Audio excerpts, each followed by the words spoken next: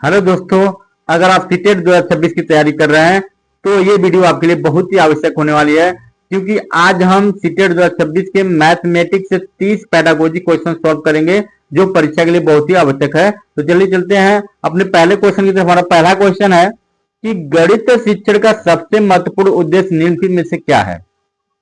बच्चों को अधिक से अधिक सूत्र याद कराना, गणना की गति को बढ़ाना, तार्किक चिंतन और समस्या समाधान क्षमता विकास करना, पाठ्य पुस्तक के सभी प्रश्न हल करवाना।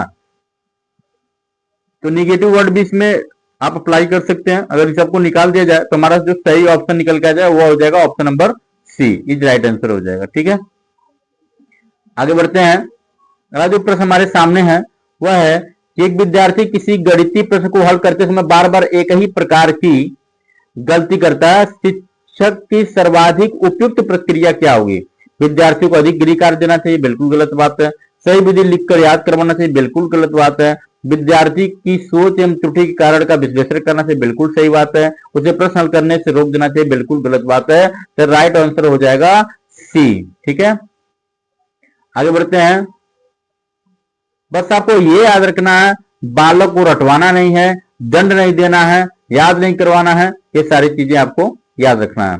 अगला जो प्रश्न है कि गणित की कक्षा में विद्यार्थियों की गलतियों को किस रूप से देखना अधिक उपयुक्त है?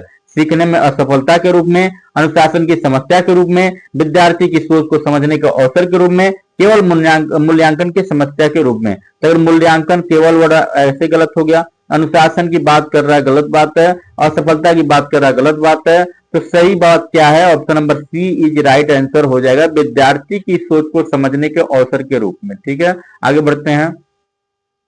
अगला जो हमारे पास प्रश्न है वह है कि प्राथमिक कक्षा में भिन्न की अवधारणा विकसित करने के लिए सबसे प्रभावी तरीका कौन सा है? भिन्न की परिभाषा याद करवा देना, केवल प्रतीकों का प्रयोग करना, कागज वस्तु में दैनिक जीवन की स्थितियों का प्रयोग करना, पुस्तकों से अधिक प्रश्न हल करवाना। तो ये हल करवाना गलत हो गया, केवल शब्द आगे गलत हो गया, भिन्न की परिभाषा याद करवाना गलत हो गया। तो हमारा सही ऑप्शन हो गया सी। ठीक है, आगे बढ़ते हैं कि एक शिक्षक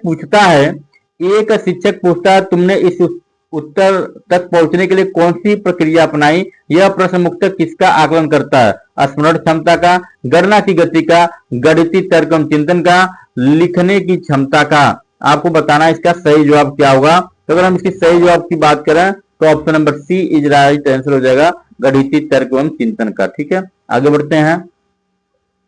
अगला जो प्रश्न है कि एक बच्चा 9 गुणे 6 को 9 गुणे 5 प्लस 9 के रूप में हल करता है। शिक्षक को इस समाधान को गलत मानना चाहिए,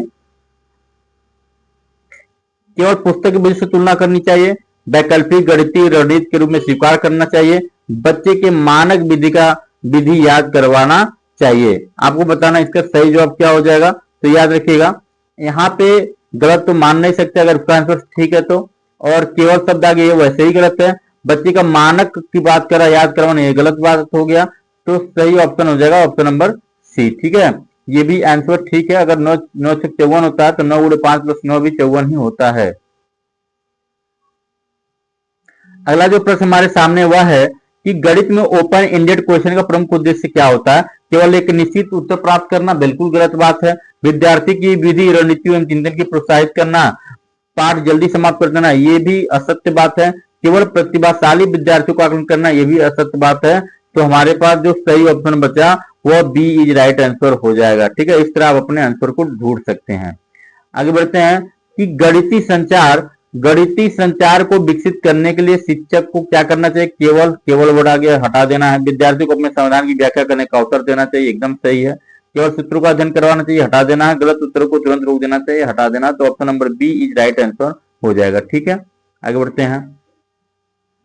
अगला जो प्रश्न हमारे सामने है वह है कि गणित शिक्षण में कंक्रीट पिक्टोरियल एब्स्ट्रैक्ट दृष्टिकोण का सही क्रम क्या होगा? जिसका जो सही क्रम हो जाएगा वह हो जाएगा option number C is right answer हो जाएगा। ठीक है, इसका सही जवाब हो जाएगा। ठीक, आगे बढ़ते हैं। यदि विद्यार्थी किसी प्रश्न को सही उत्तर तक पहुंचने के लिए पुस्तक से अलग विधि अपनाता है तो शिक्षक को क्या करना चाहिए?